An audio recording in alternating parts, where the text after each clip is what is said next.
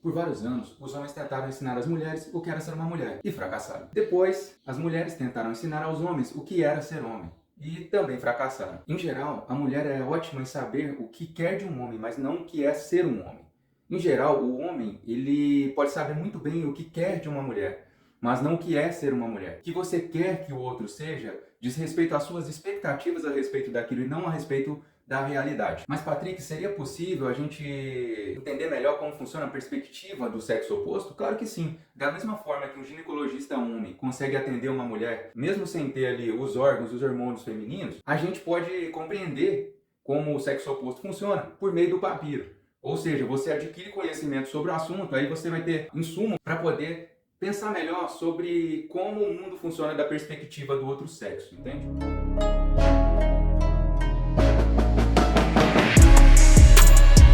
Nós temos aí, de acordo com o Dr. Robert Glover, que é autor do livro No More Mr. Nice Guy, dois fatores principais para essas mudanças. O primeiro fator foi a mudança de uma economia agrária para uma economia industrial. No Brasil, isso ocorreu a partir de 1930. Nas áreas rurais, o menino ele tinha ali contato com o pai, tá? Ele ia para a lavoura, trabalhar junto com o pai e passava o dia tendo ali um modelo masculino. E nos outros horários, ele tinha ali muito contato com os tios, com os primos, então assim ele aprendia o que era ser homem, né? Tinha modelos de masculinidade. Já na cidade, nesse ambiente mais industrial, o homem ele saía para trabalhar e ficava todo dia fora. Assim, ele acabava tendo muito pouco contato com o jovem. Ou seja, essa mudança agrária fez com que o homem tivesse menos contato com figuras masculinas. Segundo fator, mudanças trazidas pelo feminismo. Pessoal, o movimento feminista, ele ajudou bastante, tá? Ele trouxe diversos benefícios para mulheres. Mas sempre que políticas são inseridas na sociedade, nós temos diversas reações que acabam ocorrendo. E essas reações nem sempre vão fazer a sociedade em si melhorar. Ou seja, melhorou muito para as mulheres, só que os papéis dos sexos ficaram muito instáveis. E algumas dessas mudanças foram o aumento do divórcio. Aqui no Brasil ele foi regulamentado em 1977 e ele acabou gerando lares monoparentais e casas chefiadas por mulheres. Além disso, nós temos um sistema educacional que ele é dominado por mulheres. Pessoal, quantos professores homens você teve até o ensino médio? Já parou para pensar? Deixa aqui nos comentários para mim. Tivemos também uma revolução sexual em que as mulheres mudaram muito a sua dinâmica com a figura masculina. Então, de acordo com o Dr. Robert Glover, essas foram as causas. Pessoal, é como eu sempre falo, 80% do que ocorre em nossa vida é causa e efeito, 20% destino. E os efeitos foram: 1. Os meninos eles foram separados dos seus pais e de outros modelos masculinos significativos. Isso fez com que os homens eles se desconectassem de outras figuras masculinas. Assim, eles acabaram ficando confusos quanto ao que é ser homem. Segundo, os meninos eles foram criados por mulheres. Assim, o trabalho de transformar meninos em homens acabou ficando para as mães e para um sistema escolar que era dominado por mulheres. A mulher ela é ótima em saber o que espera de um homem, mas não o que é ser um homem. Então, não necessariamente isso foi melhor para o próprio homem ou para aquelas mulheres que iriam se relacionar com ele no futuro. Dessa forma, acabou tendo um efeito na sociedade de que o homem ele acabou sendo treinado para buscar a aprovação feminina. Assim, ele aprendeu a mentir para as mulheres para que elas pudessem fazer ali o que ele quer, ou é mesmo, né, para evitar ser repreendido por essa mulher. Uma mulher sem um homem é como um peixe sem uma bicicleta. Essa é uma frase de uma feminista radical, tá bem, pessoal? Então, assim, nesse caso, o feminismo radical, ele passava uma ideia de que os homens eram maus ou desnecessários. Mensagens como essa deixou os homens meio que em dúvida sobre o que era ser homem. E eles queriam ser armados, queriam ter suas necessidades atendidas. Então eles se forçaram para se tornar o que as mulheres queriam que eles fossem. Para muitos homens isso significava tentar esconder traços que poderiam ali rotulá-los como maus homens. Então essa, de acordo com o autor do livro, foi a fórmula para gerar aí o nice guy, ou o cara bonzinho, que é tudo o que uma mulher não quer. Você está duvidando? Então se liga nessa explicação. Pessoal, então o que seria um cara bonzinho aqui pra gente? Ele é um cara que é gentil, empático, prestativo com os outros. Pô, são umas características muito legais, confere? Pois é, tanto que a gente ouve com frequência aquele ditado, né? Bonzinho só se... Porque as pessoas, em geral, não retribuem as coisas boas que os bonzinhos fazem pra elas. E às vezes acabam até tratando o bonzinho muito mal. Só que, na verdade, esses bonzinhos, eles não são tão bonzinhos assim. Muitas vezes eles são como atores. Eles vestem a máscara de um personagem pra tentar conseguir algo em troca. Então eles buscam essa aprovação feminina e tentam conseguir coisas utilizando-se dessa ferramenta de tentar ser bonzinho para a sociedade. Mas, na verdade, eles são desonestos, são falsos, são manipuladores, são passivo-agressivos, são cheios de raiva, são viciados, tá, em entretenimento adulto, por exemplo, eles têm dificuldades de estabelecer limites e eles são atraídos por pessoas e situações problemáticas. Como vamos ver à frente, pessoal, para entrar em um relacionamento e ter mais chances ali de se tornar um relacionamento de boa qualidade, é importante que o parceiro ele esteja bem consigo mesmo, tá? Se você pegar e conhecer um parceiro ali numa situação em que ele está fragilizado ou que ela está fragilizada, tá? Isso serve para o homem e para a mulher.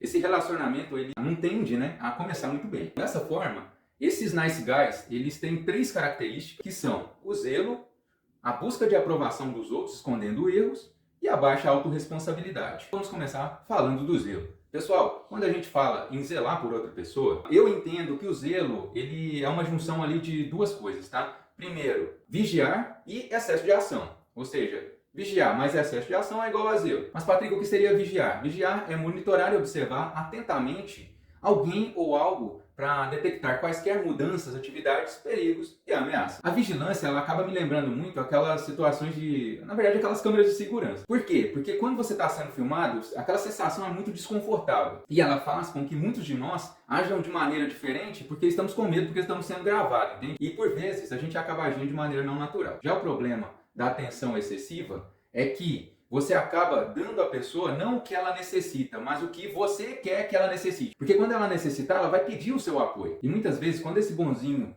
utilizar o zelo contigo, ele vai fazer isso, mas querendo receber algo, tá? Tem aquele princípio muito antigo, né? O princípio da reciprocidade. E o mau uso desse princípio da reciprocidade é que você faça alguma coisa para outra pessoa querendo algo em troca. Robert Cialdini, do livro Armas da Persuasão, conta pra gente que a reciprocidade ela é uma tendência de retribuir algo que recebemos, mesmo que esse algo seja muito pequeno em relação ao que foi dado. Quando uma mulher está na balada, por exemplo, e o homem oferece uma bebida, em geral, ele faz isso porque ele quer receber algo em troca. Seja a abertura da mulher para uma conversa, uns beijos ou algo mais. Lembre-se sempre daquela frase, se você não paga pelo produto, é porque o produto é você.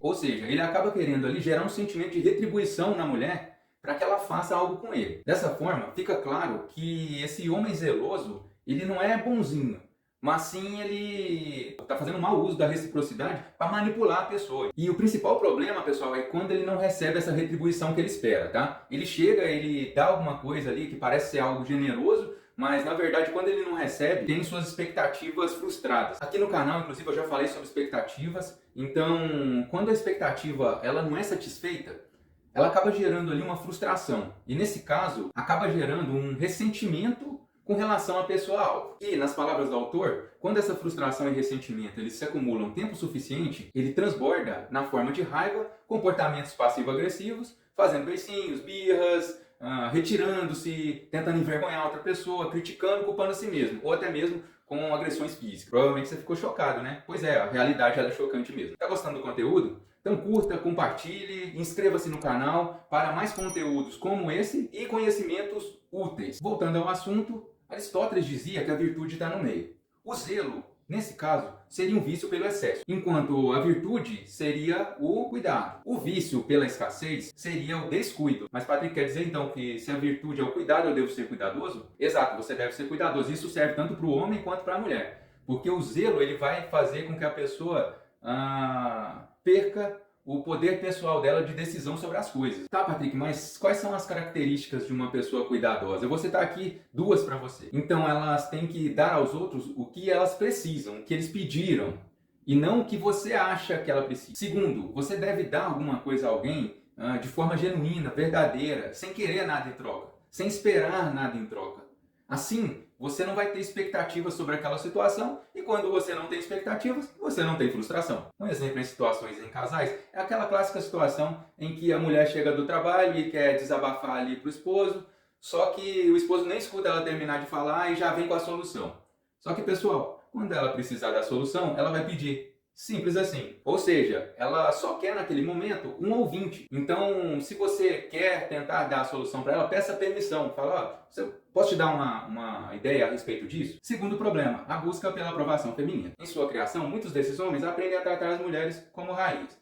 Quantas vezes você já viu uma rainha receber um não de um súdito? Exato, nenhum. Assim, o nice guy faz tudo que a rainha pede, evitando conflitos a todo custo, deixando de estabelecer limites na sua relação com a parceira. Mas, de fato, Não dizer o que você quer não significa que aquilo não está te incomodando. Ou seja, ele faz, mas ele é desonesto, tá? Ele muitas vezes ele não quer fazer, mas ele acaba fazendo para tentar agradar a outra pessoa.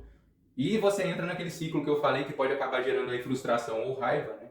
Pela falta de reciprocidade. Dessa forma fica claro que eles são desonestos. Se não for suficiente, eles também são mentirosos. Eles se aproveitam do ponto fraco feminino, que é o ouvido. Isso mesmo, pessoal. As mulheres, predominantemente, elas são auditivas, tá bem? Por isso que o Dom Juan é um sujeito tão encantador. Ele chega e diz o que a mulher quer ouvir. As palavras do Dom Juan poderiam muitas vezes serem doces, mas os efeitos que as mulheres que cediam aos encantos dele sofriam eram amargos. Já o ponto fraco masculino são os olhos. Eles dificilmente vão resistir ali aos encantos de uma sereia que esbanja a beleza física. Porém, quando eles se aproximam das sereias, as sereias vão levá-los ao naufrágio. Então o nosso nice guy, ele acaba utilizando ali a escuta, né? Ele ouve ativamente o que a mulher está dizendo para ver como ele vai formar o seu personagem, tá? Para que ele performe e consiga o que ele quer daquela mulher. Mas quando a mulher faz o que eu digo com frequência no canal, que é olhar para as atitudes, para as ações da pessoa e não para o que ela diz, ela vai descobrir aí, antes de se casar, que o cara não vale nada. Mas Patrick, eu descobri que eu sou um nice guy. Como que eu posso resolver essa situação com relação à aprovação feminina? Você pode resolver isso se tornando alguém íntegro. Mas o que é integridade? É uma conduta que ela se caracteriza por você ter palavras e ações coerentes, você fazer o que fala. Uma pessoa íntegra, ela tem uma conduta reta, ela faz o que fala e ela é sempre galgada pela honestidade. E eu já digo que isso é algo bem difícil de fazer, tá bem?